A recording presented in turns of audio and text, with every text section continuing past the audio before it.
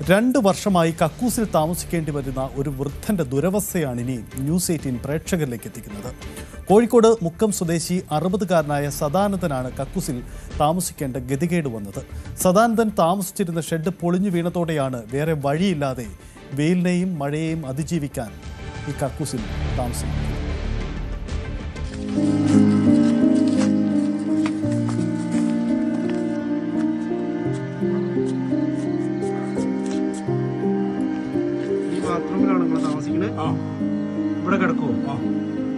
ഇത് മുക്കം നഗരസഭയിലെ തേച്ചിയാടിൽ നിന്നുള്ള ദൃശ്യങ്ങളാണ്.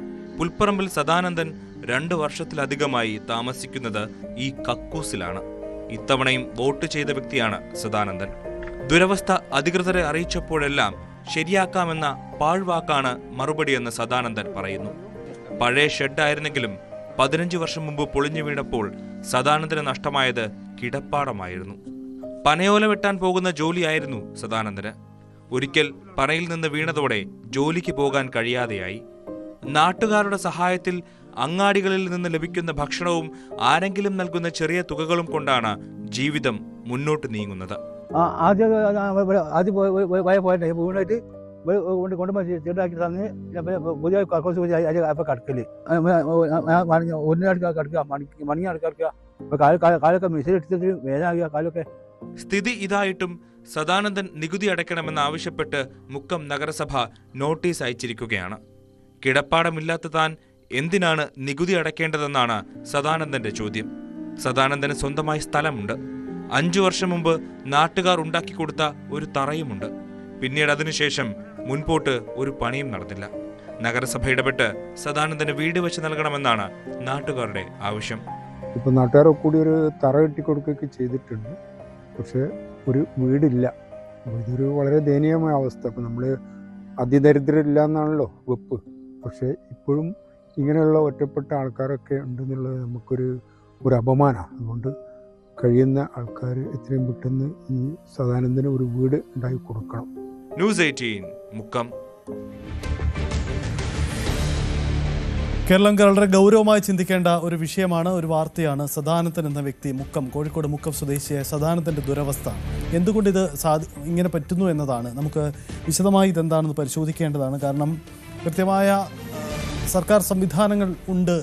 അതിദരിദ്രരില്ലാത്ത പ്രഖ്യാപനങ്ങളൊക്കെ നടത്തിയ ഒരു സ്റ്റേറ്റിൽ എന്താണിത് പറ്റിയത്, എങ്ങനെയാണ് ഇത്തരം ഒരു അവസ്ഥ സംഭവിച്ചതെന്ന കാര്യം കൂടി നമുക്ക് പരിശോധിക്കേണ്ടതാണ്. സദാനന്ദൻ്റെ വ്യക്തിക്ക് എന്തുകൊണ്ട് ലൈഫ് മിഷൻ അടക്കമുള്ള പദ്ധതികളിൽ ഒരു വീട് നിർമ്മാണത്തിന് സാധ്യമാവാതെ വന്നു? ഇതെന്തുകൊണ്ടാണ് അധികൃതരുടെ ശ്രദ്ധയിൽപ്പെടാതെ പോയത്? അതല്ലെങ്കിൽ മറ്റെന്തെങ്കിലും വീഴ്ചയാണോ സംഭവിച്ചത്? എന്തായാലും മുക്കം സ്വദേശി സദാനന്ദൻ്റെ ദുരിത ജീവിതമാണ് പ്രേക്ഷകർ കണ്ടത്. ഒരു കക്കൂസിൽ ജീവിക്കേണ്ടി വരുന്ന വൃദ്ധൻ്റെ അവസ്ഥ. നേരത്തെ താമസിച്ച ഒരു ഷെഡായിരുന്നു, ആ ഷെഡ് പൊളിഞ്ഞു വീണു. ഷെഡിൽ എങ്ങനെ താമസിച്ചു എന്ന മറ്റൊരു ചോദ്യം കൂടിയുണ്ട്.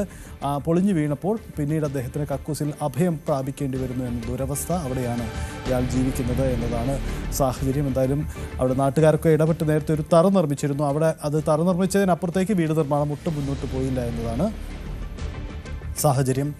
അതിലാണിപ്പോൾ ഇത്തരമൊരു ദുരവസ്ഥ സദാനന്ദൻ എന്ന വ്യക്തിക്ക് നേരിടേണ്ടി വരുന്നത്. 2 വർഷമായി കക്കൂസിൽ താമസിക്കേണ്ടി വരുന്നു എന്ന ദുരവസ്ഥ. ഷെഡ് പൊളിഞ്ഞു പോയി. അതിനുശേഷം ഇത്ര ദിവസമായി, ഇത്ര നാളുകളായിട്ടും എന്തുകൊണ്ട് ഇതൊന്നും ലിസ്റ്റ് ചെയ്യപ്പെടുന്നില്ല എന്ന കാര്യം കൂടിയാണ്. ആസാദ് മുക്കം ഈ വാർത്ത റിപ്പോർട്ട് ചെയ്ത ആസാദ് നമുക്കൊപ്പം ചേരുന്നു.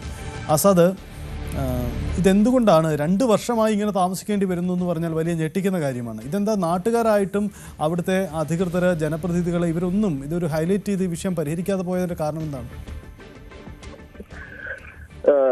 സജിത്ത്, അത് തന്നെയാണ് നമ്മൾ ചോദിക്കുന്നത്. ഈ പഞ്ചായത്ത് അധികൃതരോ നാട്ടുകാരോ മറ്റ് സന്നദ്ധ പ്രവർത്തകരുടെ ഒന്നും ശ്രദ്ധയിൽ ഇത് പെട്ടില്ല എന്ന് പറയുന്നത്, അല്ലെങ്കിൽ അവര് ശ്രദ്ധയിൽ പെട്ടിട്ടും മനഃപൂർവ്വം കാണാത്ത മറ്റൊരു ഇരുന്നതാണോ എന്ന് പോലും സംശയിക്കുന്നുണ്ട്. 2 വർഷമായി ഇയാൾ ഈ ശുചിമുറിയിലാണ് താമസിക്കുന്നത്. ഇയാള്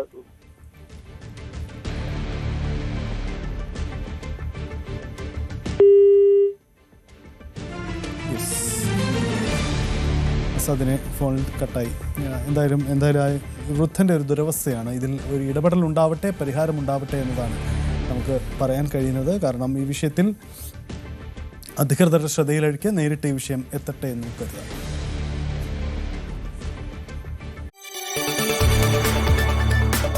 കൂടുതൽ വാർത്തകൾക്ക് news 18 Keralam YouTube channel subscribe ചെയ്യുക.